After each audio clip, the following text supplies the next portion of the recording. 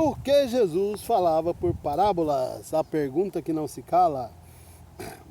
Esta talvez seja uma das perguntas mais repetidas em relação aos ensinos de Jesus.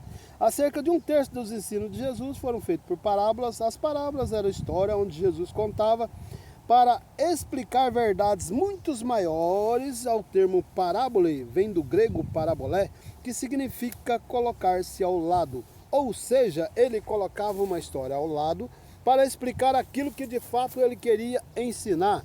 Nessas histórias, ele ia criando cenários, inserindo personagens que iam sendo usados para comparar as ilustrações às principais verdades do reino. No entanto, raramente Jesus explicava uma parábola para a multidão. Em geral, os discípulos, porém, sempre perguntavam em momentos a sós sobre qual o significado, a explicação da parábola que ele queria contando. Era através dessas explicações que uma nova mentalidade dos discípulos iam sendo formadas. Vamos lá? Formar uma nova mentalidade? Vamos na parábola dos meninos na praça. Mas a quem assemelhar essa geração é semelhante aos meninos que se assentam na praça e clamam uns aos seus companheiros e dizem: tocamos flauta e não dançaste, cantamos lamentações e não choraste. Portanto veio João, não comendo e não bebendo, e dizei: tem demônio. Filho do homem, comendo e bebendo, diz: eis aí um homem comilão e beberrão, amigo de publicano, pecadores. Mas a sabedoria é justificada por seus filhos. Mateus 11, do 16 ao 19. E disse o Senhor: a quem, pois, compararei os homens dessa geração? Quem são semelhantes? São semelhantes a um menino que, se assentados na praça, clamam uns aos outros, dizendo: nós tocávamos flauta e não dançaste, cantávamos lamentações e não chorastes. Porque veio João Batista, que não comia pão e nem bebia vinho, e dizeis: tem demônio. Veio o Filho do Homem, que come e bebe, e dizeis: eis aí um homem comilão, bebedor de vinho, amigo de publicano e de pecadores. Mas a sabedoria é justificada por todos os seus filhos. Lucas 7, do 31 ao 35. A parábola dos meninos na praça foi contada por dois dos evangelistas sinóticos, Mateus e Lucas. No relato de Lucas, Jesus estava falando desde o início do capítulo sobre João. Começou tudo falando sobre João Batista. No versículo 7 ao 15, Jesus havia falado sobre a natureza e o propósito da missão de João. Dos versículos 16 ao 24, ele havia tratado sobre o modo como o povo de Israel havia recebido agora a missão do próprio Cristo, em comparação ao modo com que havia recebido João e sua missão. Diante desse contexto, Jesus introduziu essa parábola mostrando um cenário de crianças brincando, encenando duas cenas diferentes. Um casamento e um funeral. E a representação desses dois cenários distintos foram feitos com flautas e lamentações. Em um princípio cenário, a criança tocava flauta como se estivesse participando de uma festa de casamento. Mas as outras crianças que estavam junto não fizeram outra parte esperada, que era dançarem, como se de fato estivessem em uma cerimônia de bodas. Em um segundo cenário, as crianças tentaram agora uma lamentação, provocar aqui uma reação nesse público, como se estivessem em um funeral. No entanto, mais uma vez que existe a encenação, não são influenciadas por elas e não reagem com o comportamento algum. Basicamente, as duas interpretações para o significado dessa parábola. A primeira criança surgirem brincando no casamento, funeral, representava Jesus e João Batista. A criança que rejeitaram a dançar a música seriam os judeus e a liderança religiosa daquela época. Nessa interpretação, João veio a eles no humor de uma cerimonial fúnebre, mas eles não estavam dispostos a ouvi-lo e se sensibilizaram com a sua mensagem. para se livrarem de João, diziam: esse está endemoniado. Jesus, entanto, veio trazendo a alegria da festa, o humor de uma festa de casamento, mas os judeus zombaram dele, porque ele tinha uma vida menos isolada do que a de João e fazia refeições com marginalizados, publicanos e pecadores. Na segunda interpretação, a personificação dos personagens da parábola é o oposto. As crianças que surgiram à encenação de casamento e o funeral seriam os judeus. Nessa interpretação, os líderes judaicos queriam que João fosse mais alegre e Jesus mais contido. Como nenhum dos dois reagiu a esses caprichos deles, então eles se condoeram e o negligenciaram. Ou seja, nessa interpretação, Jesus considerava aquela geração de judeus, especialmente os líderes religiosos, como infantis. Não é fácil definirmos qual é a interpretação correta. A segunda parece ser um pouco mais coerente. Primeiro, porque ela se encaixa de forma mais harmônica com a afirmação de Jesus, que diz: os homens dessa geração parecem os meninos que tocam flauta e espera que as pessoas reajam pelas tendências deles.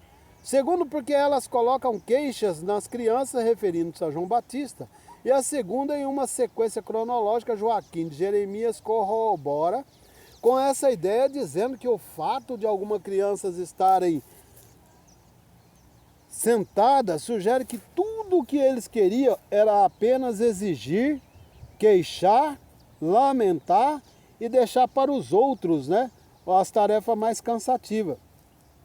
No entanto, independentemente de quem representa as crianças, tocam e as lamentam, a mensagem central da parábola é a postura daquela geração, que não aceitava nem João e nem Jesus. Em João, o homem daquela geração encontrara alguém que era solene em seu comportamento, ascético em seu estilo de vida, severo em suas mensagens.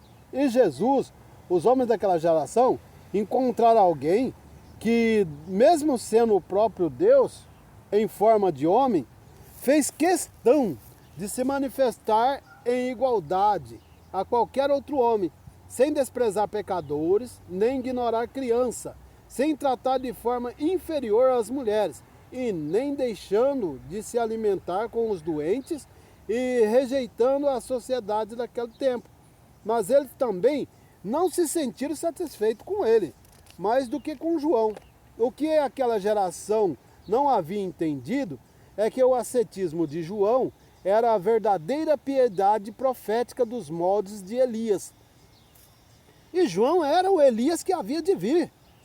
E a proximidade de Jesus com os publicanos e pecadores era a verdadeira piedade prática do novo estilo de vida do reino de Deus, que havia chegado entre os homens. Em outras palavras, Deus enviou o seu mensageiro João e Jesus, mas tudo o que eles fizeram foi encontrar defeito neles. A razão para essa rejeição de Jesus e de João não se relacionava com a mensagem trazida por ambos, mas sim com os caprichos, à vontade daqueles que o rejeitavam, pois nada os agradava. Eles não se sentiam confortáveis, e nem com alegria e nem com lamentações. Reclamavam que João vivia uma vida regrada, com abstenção de refeições e de jejuns, e diziam que ele tinha demônio, mas também reclamava de Jesus, que tinha uma rotina mais social, chamando-o de glutão e beberrão e amigo de publicanos. Vale a pena lembrar que nenhuma das acusações feitas pelos líderes judeus tinha razão. A acusação que eles faziam a João era inaceitável. Como João se abstinha de comer, de beber, como as outras pessoas faziam, muitos o consideravam um fanático e fazia disso uma desculpa para não buscarem arrependimento, a não serem batizados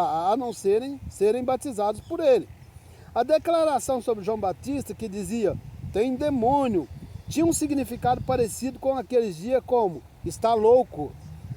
Haja visto que a possessão maligna à mentalidade da época era muito ligada. O estado de loucura para aqueles homens, a religião de modo de vida de João, defendia, parecia triste, fanático. Ele não suportava a mensagem de João, dizendo que ele precisava se arrepender. Mas o convite de João era uma lamentação e eles não queriam aceitá-lo.